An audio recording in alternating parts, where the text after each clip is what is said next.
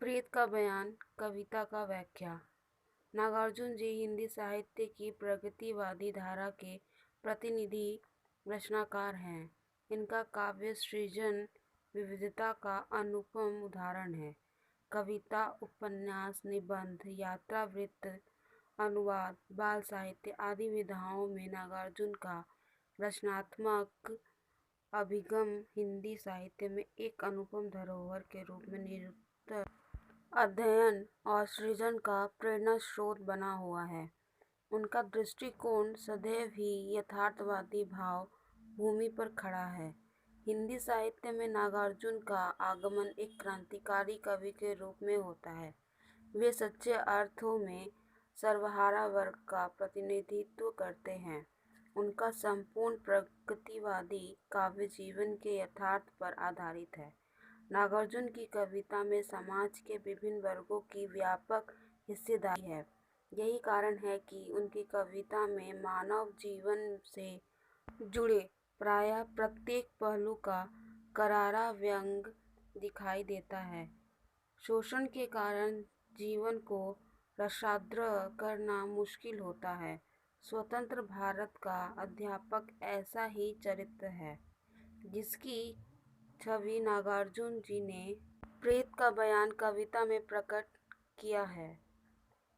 वेतन पर अपने परिवार का जीवन यापन करने में असहाय प्राइमरी स्कूल मास्टर की व्यथा प्रेत का बयान नामक कविता में नागार्जुन जी ने व्यक्त की है, जो मार्मिक एवं हृदयद्रावक है। स्वतंत्र भारत के स्वतंत्र नागरिक की दीनहीन करुणा दशा देखकर कवि का हृदय व्यथित होता है।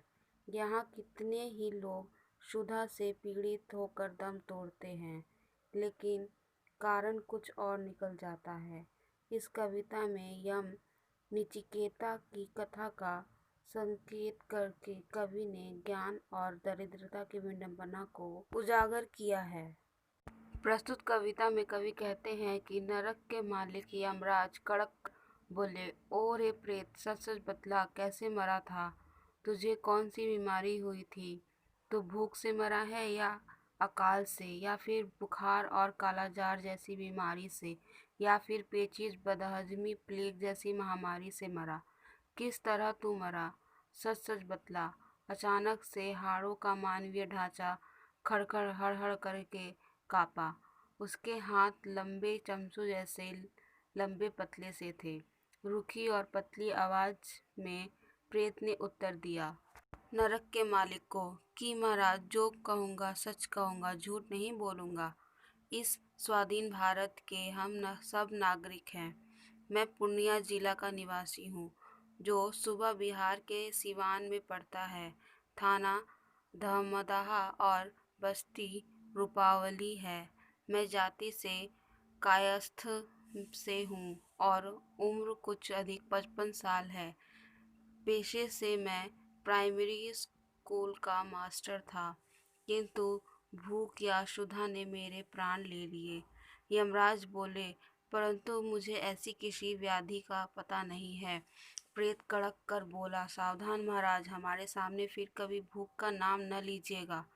कुछ समय तक शांत रहकर फिर प्रेत ने बोला, जहाँ तक मेरा अपना संबंध है तो मुझे थोड़ा सा भी दर्द नहीं हुआ, कोई दुख दुविधा भी नहीं हुई।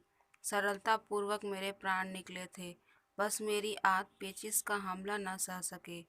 इस स्वाधीन भारत के प्राइमरी स्कूल के भूखमरे स्वाभिमानी सुशिक्षक प्रेत की बातों को सुनकर नरकेश्वर भी निरुत्तर हो गए।